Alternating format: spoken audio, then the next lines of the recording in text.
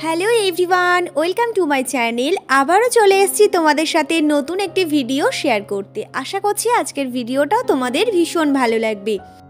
আজ হলো শুক্রবার, ঘড়িতে এখন বাজে ওই সকাল 7টা। তো কালকে রাতে আমরা দুজনে একটা মুভি দেখছিলাম, আর তখনই জানো আমার মাসির ছেলে ফোন করে বলছে, দিদি কালকে তোদের বাড়িতে যাব ওই সকাল 6টার সময়। মানে ওই যে আমাদের বাড়িতে যে ফ্যানগুলো ছিল, তো সেগুলোই আর কি মাসির ছেলে নিতে আসবে। মাসির ছেলে আর আমার মামা, ভাই আর মামা আসবে কালকে। তো সেই কথা শুনে তো আমাদের ঘুম একেবারেই লাটে উঠলো। আমরা ভেবেছি যে শুক্রবার দিন ও যেহেতু সকালে বেরোবে না, তাহলে সকালে আমাদের রান্নাও নেই, তাহলে তাড়াতাড়ি করে ওঠারও কোনো দরকার নেই। তো সেই জন্য ভেবেছি যে রাত্রেবেলা একটু মুভি দেখবো, তারপর একটু রাতের দিকে ঘুমাবো। আমাদের আর মুভিও দেখা হলো না রাত জেগে, আর কি আর করবো, তাড়াতাড়ি ঘুমিয়ে গেছিলাম। আর ঘুম থেকে উঠেছি আমি সকাল ওই 6:30টার সময়। ওরা মানে 6টার সময় আসবে বলেছিল, 6:30 বেজে গেছে, 7টা বাজতে যায়, তাও আর কি ওদের আসার নাম নেই। তো ফোন করে জানলাম ওরা প্রায় চলে এসেছে। আর ও তাড়াতাড়ি করে ঘুম থেকে উঠে ও গেছে আবার ওই বাইরে থেকে খাবার আনতে। সকালবেলাতে না একেবারেই ইচ্ছে করছে না কোনো খাবার বানাতে, আর ইচ্ছে যখন করছে না খাবার বানালে পরে ভালোও লাগবে না খেতে। তো সেই জন্য ও গেছে বাইরে থেকে আর কি খাবার আনতে। আর আমি এই যে কালকে রাতে মিজরি আর হচ্ছে মৌরি ভিজিয়ে রেখেছিলাম, তো সেটাই এই যে এখন একটু ছেঁকে নেব, ওকে দিয়ে দেবো, ও খেয়ে যাবে বাজারে। আর আমি ওই ব্রাশ করে তারপরেই খাবো। তো এখানে ছেঁকে রেডি করে রেখে দিই। আর এখানে এই যে ছোলাও ভিজিয়েছিলাম একটু। তো প্রায় 7:30 বাজতে চললো। আমি ব্রাশ করতে করতে ওই রাস্তার দিকে একটু হেঁটে হেঁটে যাচ্ছিলাম, দেখছিলাম ওরা আসছে কিনা। না ও আসছে, না আমার ভাই আর আমার মামা আসছে, কেউ দেখছি আসছে না।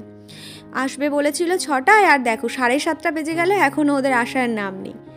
তো যাই হোক, আসুক কখন দেখি। বিয়ের সময় তো একবার এসেই ছিল, তো তার মাঝে আর আসেনি আমার মামা না আর কি ভাই, তো কেউ আসেনি, তাই বাড়িটা ঠিক বুঝতে পারছিল না। তাই আমি এই যে একটু রাস্তার উপরে গিয়ে দাঁড়াবো, তো তারপর ওরা আর কি বললো যে তুই একটু দাঁড়া, আমরা আসছি। তাই আমি গিয়ে একটু দাঁড়ালাম। তারপর এই যে ও খাবার টাবার নিয়ে চলে এসছে, আর এখানে এই যে খাবারগুলো রেডিও করে দিয়েছি, পরোটা, ঘুগনি, আলুর তরকারি, আর তার সাথে ছিল মিষ্টি। তো মামারা খেয়ে জিনিসপত্র নিয়ে বেরিয়ে গেছে, আর ও সাথে সাথে চলে গেছে বাজারে। আর আমি এসে আবারও ওয়েট করছি রাস্তায়, ও বাজারটা আমার হাতে দিয়ে ও একটু বেরোবে। ভেবেছিলাম মাছ নিয়ে আসবে, তো তারপর এই যে মাংসর প্যাকেটটা হাতে ধরিয়ে দিয়ে ও তোর কাজে বেরিয়ে গেল, আর আমি এটা নিয়ে এখন ফিরছি বাড়িতে। তো বাড়িতে ফিরে ওই যে মামারা যে প্লেটগুলোতে খাবার খেয়েছিল, তো সেইগুলো সব ধুয়ে এই যে এখন টেবিলের উপরে রেখে দিচ্ছি। শুকিয়ে গেলে পরে আবার তুলে রাখতে হবে, নইলে আবার নতুন হয়ে যাবে পড়ে গেলে। তো কয়েকটা জামা কাপড় ছিল, সেগুলো সকালে মা আর কি সব সার্ফের জলে ডুবিয়ে দিয়েছিল। আমি এই যে একটু বেলার দিকে এসে এগুলো কলপারে নিয়ে এখন কাচতে বসেছি। আর মা ওদিকে আর কি রান্নাটা করছে। তো মা রান্না করছে, আর আমি এদিকে সমস্ত জামা কাপড়গুলো এখন আর কি একে একে কেচে নেব। এদিকে আবার আকাশটা কখনো মেঘলা, কখনো আবার রোদ্দুর। আমি ভাবছি যে এই যদি না বৃষ্টি এসে যায় রে বাবা, যদি বৃষ্টি আসে তাহলে সমস্ত জামা কাপড় নিয়ে আমার এখন ফেসে যেতে হবে। তো আমার জামা কাপড়গুলো শুকিয়ে যাক, তারপরে বাবা বৃষ্টি হোক। তো এটাই বলছিলাম। তো যাই হোক, সমস্ত জামা কাপড়গুলো কেচে এখন ছাদে চলে এসেছি, একে একে সমস্ত জামা কাপড়গুলো এখন মেলে দেবো। যা রোদ্দুর দিয়েছে না, কি বলবো আর কি, কখনো মেঘলা কখনো রোদ্দুর, আর যেটুকু রোদ্দুর রয়েছে একদম টাক ফেটে যাচ্ছে রোদ্দুরে। তো সমস্ত জামা কাপড়গুলো মেলে এই যে গামলাটা মাথায় দিয়ে আসছি, এত রোদ্দুর আর কি। তো নিচে এসে মা এই যে শাক তুলেছিল, তো সেই শাকগুলো এখন বাছতে বসেছি। তো একে একে শাকগুলো বেছে কেটে আর কি মায়ের কাছে রেডি করে দেব।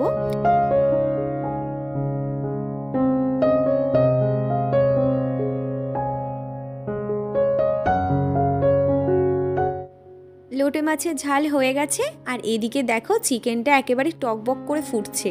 আর এদিকে শাকটা তো কাটাই রয়েছে। তো এগুলো হলে পরে, এই দুটো হলে পরে রান্না হয়ে যাবে। আর আমি সমস্ত বোতলগুলো নিয়ে চলে এসেছি, এখন ভালো করে ধুয়ে নেব। তারপরে আর কি জল ভরে নেব, 2-3টে মতো ফ্রিজে রাখবো, আর বাদবাকি আর কি বাইরেই রেখে দেবো।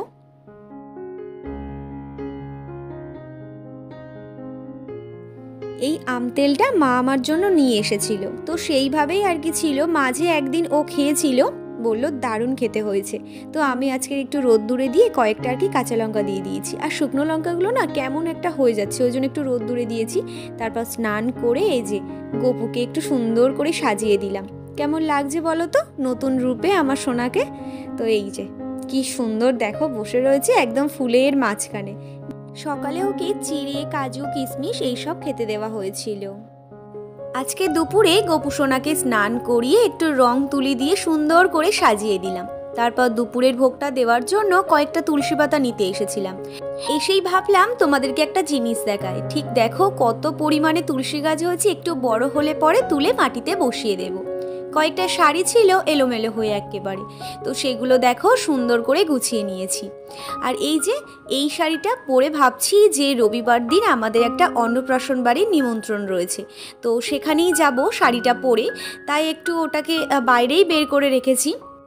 দুপুরে না শুয়ে থাকতে থাকতে একটু ঘুমিয়ে পড়েছিলাম। ঘুম থেকে উঠে সন্ধে দিয়েছি। সন্ধে দেওয়ার পর এই যে ঘরে এসে ঝুড়ি ভাজার কৌটোটা নিয়ে এখন বসলাম। তো দেখি সন্ধেবেলায় আরও কিছু রান্নাবান্না করতে হয় কি না, যদি হয় তাহলে 8টা সাড়ে 8টার দিকে যাব নিচে। তো যাই হোক, এখন একটু বসে বসে আমি ঝুড়ি ভাজাটা খেতে থাকি। ঝুড়ি ভাজাটা খেতে খেতে হঠাৎ মনে পড়লো যে ফ্রিজের মধ্যে দুপুরে দেখেছিলাম কাঁঠাল রয়েছে, মানে ও দিদির বাড়িতে গেছিলো, দিদির বাড়ি থেকে এই যে কাঁঠালগুলো পাঠিয়েছে। তো নিচে এসে ফ্রিজে থেকে কাঁঠালটা বের করে দেখছি বড্ড ঠান্ডা, এখন আর খেতে পারবো না, একটু কিছুক্ষণ ওয়েট করতে হবে, তারপর আর কি খেতে পারবো। দুপুরে তো প্রায় জামা কাপড় সবই তুলে নিয়েছিলাম, তো যে কটা একটু আর কি ভিজে ভিজে ছিল তো সেইগুলো এই যে সন্ধেবেলাতে বেশ ভালো করে গুছিয়ে এখন যেখানকার জিনিস সেখানে রেখে দেব। আর কদিন ধরে ভাবছি যে দুটো ঘরের মধ্যে ঘড়ি রয়েছে, মানে ওই ঘড়িগুলো আমরা গিফটেই পেয়েছিলাম, তো সেগুলো না ব্যাটারি লাগানো এখনো হয়নি। বাপিকে সন্ধেবেলায় বলেছি দুটো ঘড়ির ব্যাটারি এনে দিতে, তো বাপি এনে দিয়েছে। আমি এই যে ব্যাটারি দুটো ঘরে নিয়ে চলে এসেছি, আর ঘড়ি দুটোকে এখন ঘরে নিয়ে গিয়ে ভাবছি যে ব্যাটারি দুটো পরিয়ে দেব। তো তারপর দেখলাম যে ও নিচে থেকে ডাকছে, গিয়ে এখন রান্না করতে হবে। আজ তাহলে আসি, দেখা হচ্ছে কালকে, টাটা, গুড নাইট।